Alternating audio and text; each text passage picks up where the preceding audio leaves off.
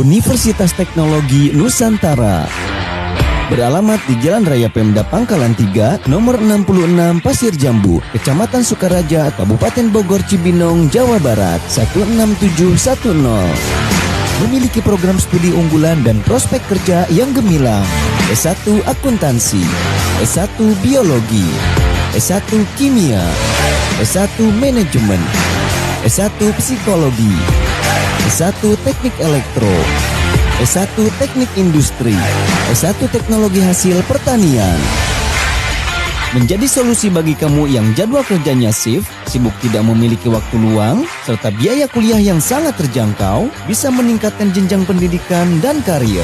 Segera daftar, kuota kelas terbatas. Tonton video selengkapnya di YouTube Edunitas. Jangan lupa like, komen, dan subscribe.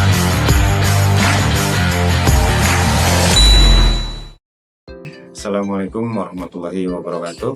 Perkenalkan, saya Hana Maulana dari Universitas Teknologi Nusantara, Prodi S1 Manajemen, dan dosen pembimbing saya adalah Putri Gayuh Waliyati MPD. Kita membahas tentang berbahasa Indonesia baik dan benar. Kita sama-sama belajar di sini. Pasti kalian sudah pernah mendengar istilah kata tidak baku. Di dalam bahasa Indonesia terdapat kamus besar berisi kumpulan kata baku. Oke, jika kamu bingung seperti apa bakunya, kamu bisa membuka kamus besar bahasa Indonesia tersebut untuk mengetahuinya. Kata tidak baku artinya adalah sebuah kata tidak sesuai dengan seharusnya. Hal ini sering sekali tidak dipahami oleh masyarakat Indonesia. Bahkan masih banyak yang menganggap contoh kalimat dengan penulisan yang salah itu sudah benar, padahal masih salah. Kesalahan ini biasanya terjadi karena banyak yang tidak mengetahui apa kata bakunya, padahal kata baku sudah merupakan standar bahasa Indonesia. Baik, yang pertama contoh spanduk. Satu, pada papan nama tersebut tertulis apotek. Kita sering kali menemukan kata apotek pada papan nama toko yang menjual peralatan medis dan obat. Sebenarnya kata yang benar menurut KBBI yaitu apotek. Itu yang pertama. Contoh yang kedua, kata bis. Yang ada di Kamus Besar Bahasa Indonesia edisi ketiga menerangkan bahwa kata tersebut tidak mengartikan sebuah kendaraan yang besar. Oleh karena itu, kata bis yang ada pada gambar di atas adalah kata yang tidak baku. Seharusnya kata bis itu diganti menjadi kata bus yang merupakan kata bakunya. Oke, kita lanjut. Contoh yang ketiga, penulisan spanduk iklan pada gambar di atas pasti tidak tahu ada dua macam di dalam kalimat di. Yang pertama menunjukkan tepat. Yang harus dituliskan terpisah dari kata yang menunjukkan tempat. Di yang kedua merupakan sebuah awalan untuk sebuah kata kerja pasif yang harus digabungkan pada kata yang diawalinya. Jadi kata depan di yang ada di gambar itu harus digabung menjadi dijual. Karena kata jual merupakan kata kerja. Bila mana digabungkan dengan kata depan di, maka kata jual itu menjadi kata kerja pasif. Contoh keempat, ditemukan kesalahan penggunaan kata tidak baku, yang seharusnya dalam penulisannya menggunakan kata baku. Pada gambar di atas yang merupakan spanduk makanan terjadi kesalahan penulisan pada kata mie, M-I-E.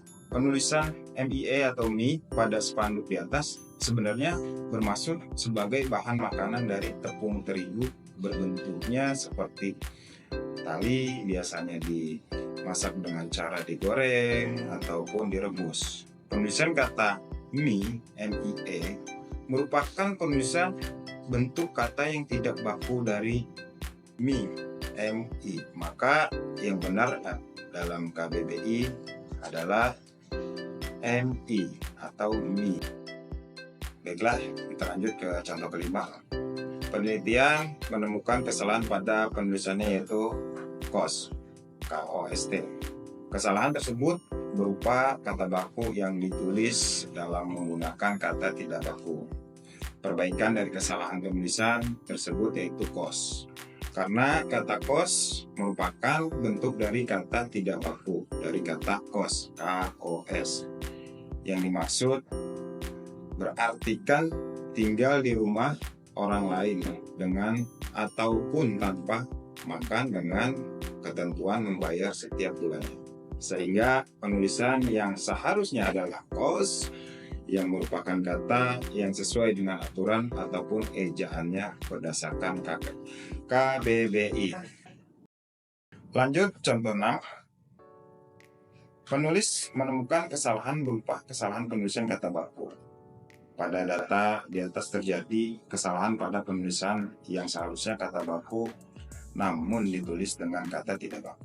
Kesalahan tersebut terdapat pada kata mushola. Karena kata mushola pada data di atas yang dimaksud berupa musalah yang berarti tempat sholat, langgar ataupun surau, sehingga pembenaran dari kata mushola adalah musalah. Oke, lanjut. Yang terakhir, contoh ke-7.